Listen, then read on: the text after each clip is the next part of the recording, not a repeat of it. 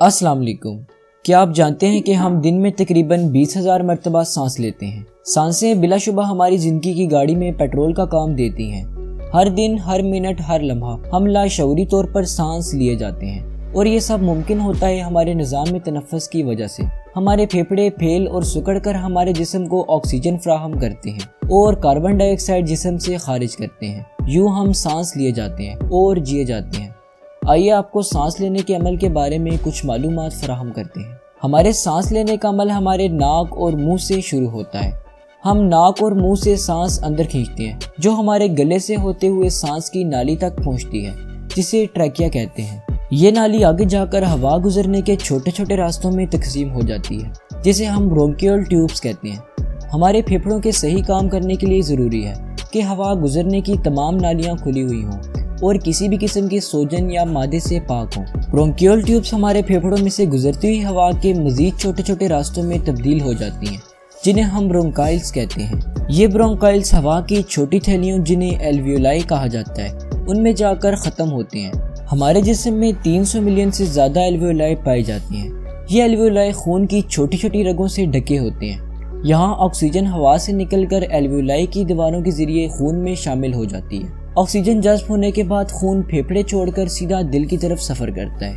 दिल ये खून हमारे सेल्स और ऑर्गन्स तक पहुंचाता है। सेल्स जब ऑक्सीजन इस्तेमाल करते हैं तो कार्बन डाइऑक्साइड खारिज करते हैं और ये कार्बन डाइऑक्साइड दोबारा खून के ज़रिए फेफड़ों तक पहुंचती है, जहां से हम इसे सांस के ज़रिए से बाहर निकाल देते हैं। सांस अंदर खींचना और बाहर निकाल देना एक ऐसा अमल है जिसमें हम ऑक्सीजन जिस्म की तरफ लेकर जाते हैं और कार्बन डाइऑक्साइड बाहर निकाल देते हैं।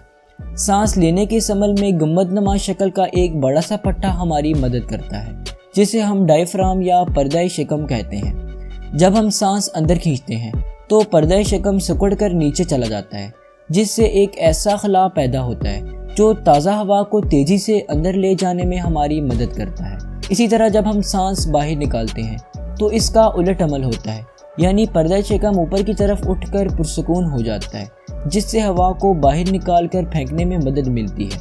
हमारे निज़ाम तनफ़्फ़ुस में सलाहियत होती है कि वो हमारे फेफड़ों में दाखिल होने वाली हवा को साफ़ कर दे और किसी भी किस्म की चीज़ को अंदर दाखिल होने से रोक दे। हमारी नाक के बाल, जिन्हें सीलिया कहा जाता है, वो बड़े ज़र्रात को फ़िल्टर करके अंदर जाने से रोक देते हैं। ये सीलिया अंदर हवा गुजरने के रास्ते में भी पाए जाते हैं, जहाँ ये अपनी लहलहाती हुई हरकत, जो कि झाड़ू फेरने के मुशाबिह होती है, उससे हवा की गुजरगाह को साफ करते हैं। इसी तरह ट्रैकिया और ब्रोंकियल ट्यूब्स में पाया जाने वाला गाढ़ा माया हमारी हवा की नाली में नमी को बरकरार रखता है और गर्दो गुबार, बैक्टीरिया और वायरस जो कि एलर्जी पैदा करने का सबब बन सकते हैं, उनको अंदर दाखिल होने से रोकता है। जो मजरे सेहत निजासत हमारे फेफड़ों में अंदर तक नहीं पहुँच पाती, वो अमूमन बलगम या खांसी की सूरत में फेफड़ों से बाहर निकल जाती है।